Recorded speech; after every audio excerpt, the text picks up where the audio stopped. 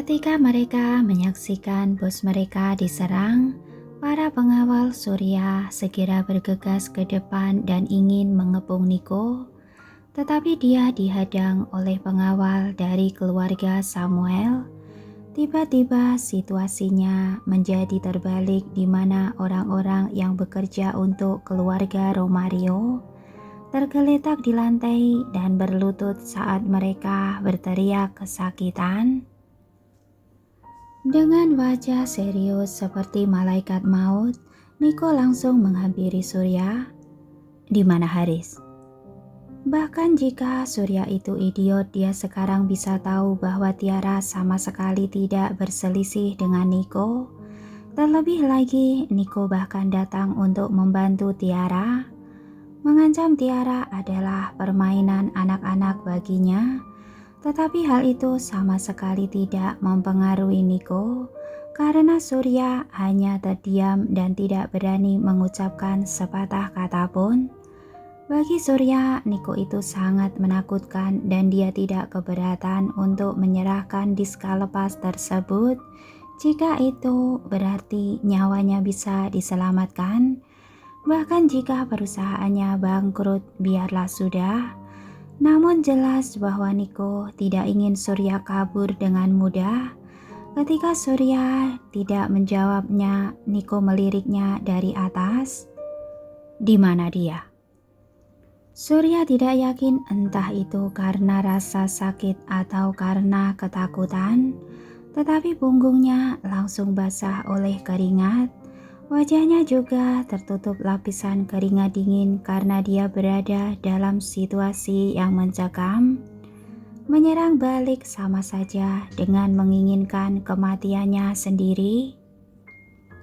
Dan dia kehilangan semua nyali saat dia dengan buru-buru memerintahkan pengawalnya yang terluka. "Bawa anak itu." "Tidak, maksudku, bebaskan Pak Haris. Cepatlah." Setelah menerima perintah, pengawal itu segera bergegas pergi untuk membebaskan Haris. Selain Surya, semua pengawal lainnya tidak bergerak dan tetap setenang boneka. Tak satu pun dari mereka bahkan berani membantu Surya untuk berdiri. Sementara Ambar yang cerewet saja tidak berani membuat keributan. Segera pengawal itu kembali dari ruangan gelap bersama Haris sambil berteriak, "Kami kembali, aku membawanya kemari." Saat melihat Haris, Surya merasa dengki dan lega pada saat yang sama. Dengki karena setelah melalui begitu banyak kerumitan, Sandra yang akhirnya dia culik dibebaskan begitu saja.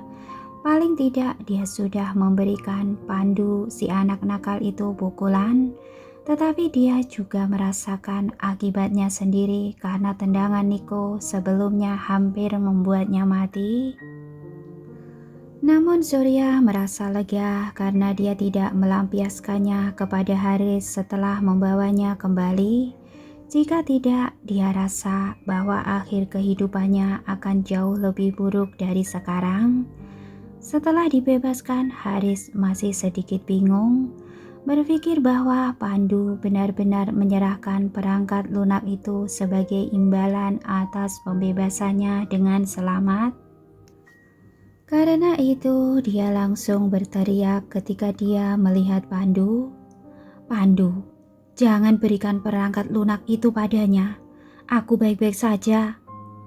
Melihat Haris tidak terluka dan hanya ditahan tanpa terluka parah, Pandu menghela nafas lega. "Jangan khawatir, aku tidak akan memberikan perangkat lunak itu kepadanya." Dia meyakinkan sambil terkekeh. Baru pada saat itulah Haris melihat sekeliling dengan baik dan melihat Niko yang tanpa ekspresi. Setelah itu dia berbisik kepada Pandu dengan heran, "Bukankah itu Pak Niko? Kenapa dia di sini?" "Kita sudah salah paham dengannya. Dia tidak bersalah dan aku hanya bisa menyelamatkanmu tanpa kesalahan. karena dia datang untuk membantu kita kali ini. Atau yang lain, aku pikir aku benar-benar perlu menggunakan perangkat lunak ini sebagai imbalan atas nyawamu, kata Pandu sambil menyeringai. Haris berkata dengan keadaan yang masih terkejut. Baiklah, itu bagus. Perangkat lunak itu adalah darah dan keringat kita, dan kita tidak bisa memberikannya, tidak peduli bagaimana. Bahkan jika itu sebagai gantinya untukku. Lalu dia menoleh ke arah Niko. Terima kasih atas bantuan Anda, Pak Niko. Sebagai balasan, Niko mengangguk sedikit sebagai pengakuan. Pak Niko, saya sudah menyerahkannya dan tidak menyakitinya lagi. Maukah Anda melepaskan saya? Tanya Surya sambil menatap Niko dengan memohon. Haris meludah dan menatap Surya yang masih di lantai dengan jijik. Ceh, kamu sama sekali tak tahu malu. Sebelumnya, kamu tidak seperti ini ketika datang ke perusahaan kami untuk merampok kami. Mana kesombonganmu itu? Kamu ini dipermalukan di depan umum. Surya sedikit malu dan ingin mengutuknya. Tetapi ketika dia memutar kepalanya dan melihat wajah Niko, dia tiba-tiba kehilangan suaranya. Untuk beberapa alasan yang tidak diketahui, dia merasa akan lebih memalukan jika dia mulai mengutuk di depan Niko. Ini adalah sikap elit sejati, bahkan tanpa mengutuk, dia bisa menanamkan rasa takut hanya dengan berdiri. Mengabaikan apa yang dipikirkan Surya, Pandu terus melangkah maju. Aku memperingatkanmu untuk terakhir kalinya. Jangan ganggu hidup kami lagi. Baiklah. Sambil menganggukkan kepalanya dengan penuh semangat, Surya segera merasa seolah-olah sebuah batu besar telah terangkat darinya. Sepertinya dia tidak memintaku untuk bertanggung jawab. Sementara dia masih bersukacita, Bima mengeluarkan beberapa kertas. Pak Niko, saya menemukan perjanjian yang sudah ditandatangani sebelumnya. Ketika Surya mendengar itu, wajahnya tampak memucat. Pak Niko, Surya jelas telah melanggar perjanjian dengan menemukan kesalahan pada mereka. Selain itu, dia juga terlibat dalam penculikan dan bersekongkol untuk melukai orang lain. Surya yang ketakutan tahu bahwa dia pasti akan berakhir di penjara jika semua ini dilaporkan ke polisi. Sambil berdiri, dia memberikan Niko tatapan memohon. Pak Niko, saya tidak akan berani melakukannya lagi. Mulai sekarang, saya tidak akan membuat mereka kesulitan lagi. Saya berjanji. Pada saat yang sama, Ambar sama-sama ketakutan saat mendengarnya. Menantu perempuannya sudah berada di balik jeruji besi selama berbulan-bulan dan cucunya baru saja ditangkap. Jika putranya juga dijebloskan ke penjara, bagaimana dia bisa bertahan hidup sendirian? Menghilangkan semua rasa malunya dari sebelumnya, dia memohon dengan cemas. Pak Niko, mohon kasihanilah dan lepaskan putra saya. Saya berjanji untuk tidak akan membiarkan dia membuat masalah lagi di masa depan. Apa maksudmu? Tanya Niko sambil menatap Tiara.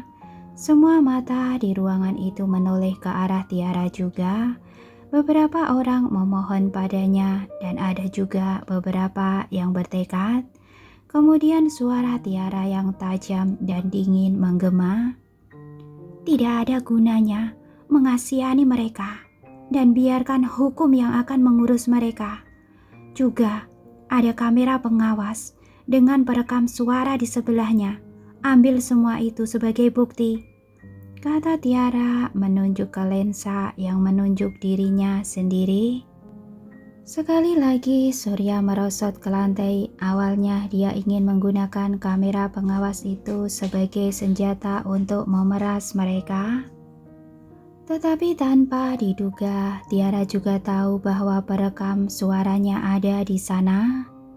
Sebelumnya, aku sudah bicara banyak tentang rencanaku.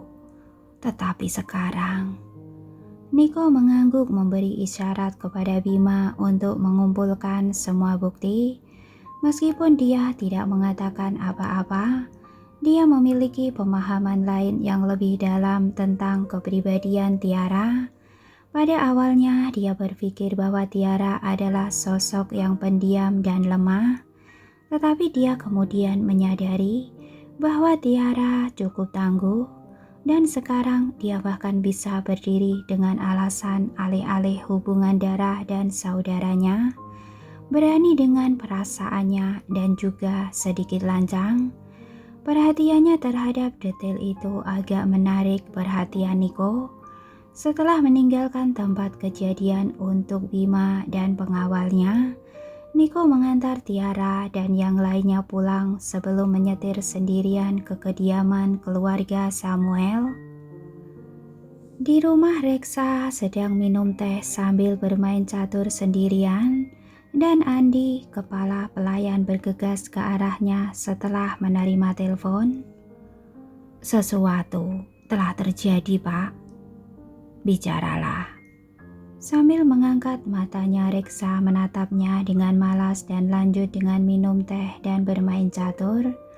Tampak begitu strategis, seolah-olah semuanya berada dalam kendalinya. Sepertinya Pak Niko sudah menyadari bahwa itu adalah ulah kita dan membatalkan instruksi menggunakan nama Samuel sebelumnya. Dia bahkan mengklarifikasi semuanya dan sepertinya semuanya akan berjalan normal. Reksa mendengus. Jadi bagaimana? Apa yang bisa dia lakukan? Bahkan jika dia tahu tentang itu, hanya masalah waktu sebelum masalah ini terungkap. Dan kita juga tidak berencana menyembunyikannya hal itu darinya. Tentu saja dia mengenal cucunya itu dengan sangat baik.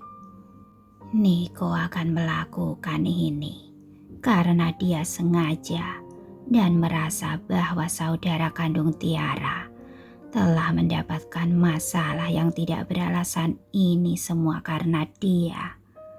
Itu sebabnya dia membantu mereka menyelesaikan semua masalah tersebut. Selain itu, Tiara, si gadis kecil itu, akan mundur hanya dengan sedikit ancaman. Selalu seperti ini beberapa kali terakhir sebelumnya. Tapi kali ini saudaranya yang menjadi sasaran. Jadi mungkin dia akan marah dan memutuskan semua kontak dengannya. Memikirkannya lagi, Andi merasa memang itu benar.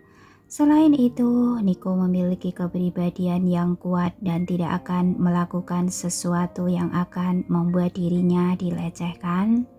Oleh karena itu, Niko pasti tidak akan menerima semua ini begitu saja. Begitu dia tenang selama beberapa hari, dia benar-benar akan mengabaikan Tiara. Jadi Tuan Besar sudah mempertimbangkan segalanya. Kemudian seharusnya tidak ada masalah untuk memecah keduanya. Andi berpikir dan membungkuk. Sungguh bijaksana rencana yang Anda miliki, Tuan Besar. Melanjutkan minum teh dan bermain catur dengan tenang, Reksa berkata, "Kemarilah dan bermain bersamaku." Andi mengangguk. "Baik." Beberapa saat setelah mereka mulai bermain, seorang pengawal berjalan dengan cepat dan membisikkan sesuatu ke telinga Andi. Seketika ekspresi wajahnya terperangah. "Apa yang terjadi?" Reksa mendongak dan bertanya. Andi menjawab dengan jujur, "Tuan Besar Samuel, mungkin Pak Niko tidak sesederhana yang kita pikirkan. Setelah membatalkan instruksi, dia ikut Pandu pulang dan bertemu dengan Tiara yang diintimidasi oleh beberapa orang. Kemudian dia mengurus para preman dan naik ke atas bersama saudara-saudaranya. Kemudian dia melanjutkan, beberapa saat kemudian mereka pergi ke tempat Surya beramai-ramai dan menghajar Surya dan pengawalnya, dan bahkan menyeretnya ke kantor polisi untuk menyelesaikan masalah keluarga mereka. Saya takut Pak Niko serius kali ini. Dikatakan bahwa Tiara benar-benar sangat marah, sehingga dia bahkan mengatakan bahwa dia ingin memutuskan semua hubungan antara Pak Niko dan Gary, memintanya untuk tidak mengganggu kehidupan mereka. Namun entah bagaimana, Pak Niko berhasil mengubah pikiran Tiara. Setelah mendengar itu, Reksa diam sambil menyesap tehnya dan membanting cangkir itu dengan keras di atas meja.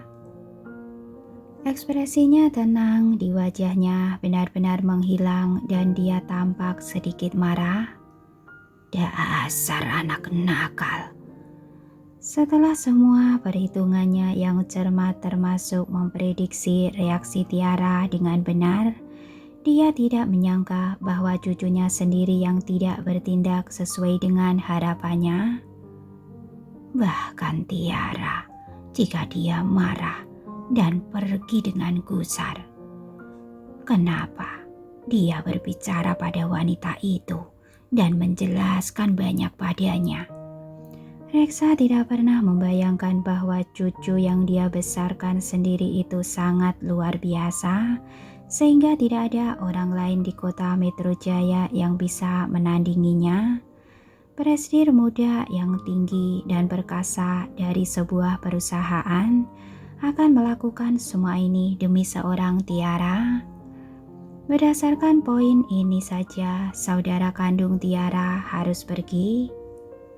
Gadis itu harus pergi, kata Reksa dengan sungguh-sungguh. Andi yang khawatir bertanya, Tuan Besar, kita sudah 3 kali mencoba mengganggu kedua saudara kandung ini, dan Pak Niko juga menyadarinya. Dia tidak bodoh dan dia pasti akan curiga jika kita terus membuat beberapa gerakan yang lebih jelas. Dia akan mulai menyelidiki dan kita mungkin tidak akan bisa menyembunyikan apa yang terjadi saat itu. Ketika saat itu tiba, segalanya mungkin menjadi sangat rumit. Reksa mendengus pelan. Aku punya cara untuk menghadapinya. Lakukan saja apa yang aku perintahkan. Faktanya dia tahu betul bahwa dengan kecerdasan dan kemampuan Niko, pasti tidak akan butuh waktu lama baginya untuk menemukan kebenaran itu.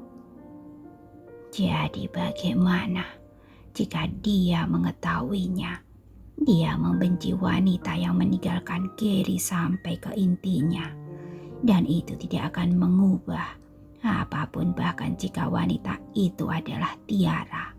Satu-satunya hal yang akan berubah adalah 2 orang yang sebelumnya baik padanya akan membencinya dan menganggapnya menjijikan. Pada saat itu, dia bahkan tidak akan bisa tinggal di kota Metro Jaya tanpa perlu bagiku untuk mengusirnya. Tidak ada baik tentang seorang wanita yang melahirkan bayi di luar nikah demi uang dan meninggalkan anaknya sendiri. Rencana Reksa hampir tidak pernah salah dan dia dengan tulus melakukannya untuk keluarga Samuel dan Niko. Tidak salah lagi, Andi tahu berapa banyak yang telah dicurahkan Reksa dan tidak akan bertentangan dengan keinginannya. Baik Tuan Besar, jawab Andi dengan anggukan. Niko sudah berdiri di luar pintu aula utama untuk waktu yang lama dan mendengar sebagian besar percakapan mereka. Sejak lama dia sudah tahu bahwa Reksa diam-diam mengirim seseorang untuk mengikutinya, tetapi hal kasar seperti itu tidak akan mengganggunya. Menilai dari semua hal yang baru-baru ini terjadi, dia samar-samar merasa bahwa Reksa benar-benar menyembunyikan sesuatu darinya. Dan itu adalah hal yang sangat penting. Sayangnya kedua tetua ini telah berada di dunia bisnis selama beberapa dekade dan sangat tajam, mengetahui apa yang harus dikatakan dan apa yang tidak. Ketika mereka berbicara, banyak informasi penting langsung dilewati. Bertahun-tahun bekerja bersama telah menciptakan hubungan yang kuat di antara mereka, dan beberapa hal dipahami, bahkan tak perlu mengatakannya dengan keras. Oleh karena itu, Niko tidak mendengar sesuatu yang berguna, tetapi benih keraguan telah tertanam di dalam hatinya, dan dia berjalan dengan langkah besar. "Kamu di sini." Sambil menikmati seteguk teh dari cangkirnya, Reksa kembali dengan sikapnya yang biasa dan menyapa cucu tertuanya sambil tersenyum. "Hehehe, akhir-akhir ini kamu sering berkunjung ke sini. Anak nakal, apa kamu di sini untuk bermain catur bersamaku?" Mengetahui bahwa Reksa menghindari topik pembicaraan, Niko tidak terperangkap dan bertanya dengan lugas, "Apa yang kakek sembunyikan dariku?"